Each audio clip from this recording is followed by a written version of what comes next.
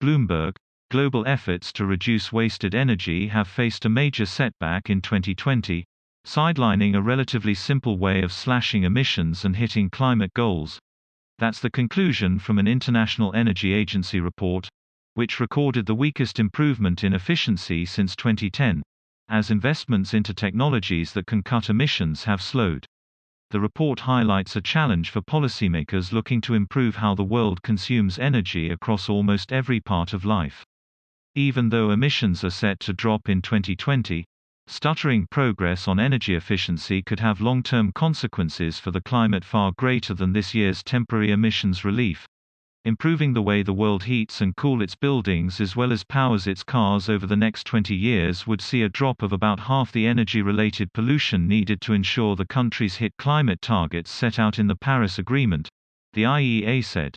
Together with renewables, energy efficiency is one of the mainstays of global efforts to reach energy and climate goals, Fatih Birol, the IEA's executive director said in a statement.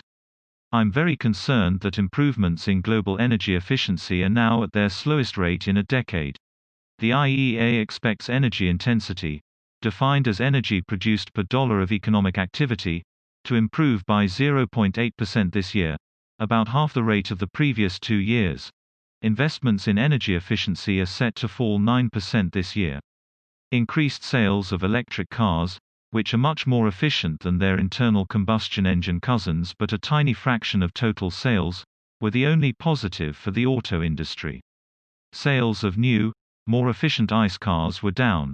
With lower power prices, there's less incentive for industrial and commercial building operators to invest in measures to increase efficiency, which require upfront investment but end up saving more money in the long term through reduced energy bills. Governments will need to step up efforts to boost energy efficiency, the IEA said. So far, most of the effort is being made in Europe, which made up 86% of announced stimulus for efficiency globally. Copyright 2020 Bloomberg LP.